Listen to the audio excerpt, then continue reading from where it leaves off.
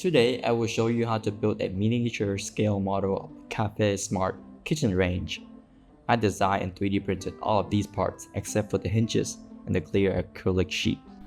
Take a quick look at all the parts I 3D printed using my FDM 3D printers. I was amazed at how small a part my 3D printer can print. Before assembly, I am going to spray paint some of the parts with metallic silver paint. Since I will be using metallic silver decal later, I will just spray paint areas that are hard to apply the decal to, such as the interior of the oven and the top of the stove. Spray painting the knobs and the handle was a challenge because they were so light and get blown away quite easily.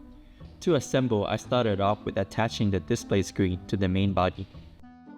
I stick the 6 golden knobs to each slot, and this was easy as well. At first, I didn't know how to orient the knobs, but I ended up with vertical orientations after visualizing how I naturally turn on the stove in my old kitchen, putting together the 6 igniters using pre-made slots. These igniters fit in snugly into the holes I made.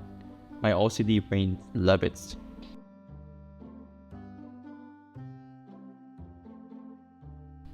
I used metallic silver decal to mimic the real kitchen range. The decal looks amazing and super realistic on the appliance.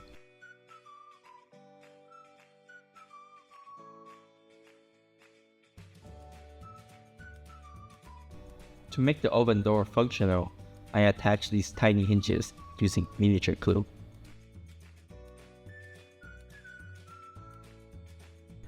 I cut out a rectangle clear plastic sheets to make the window see-through for the door. Make sure the hinges are flush to create a good adhesion for the door. My oven door can only open up to 45-degree maximum due to the orientation of the hinge.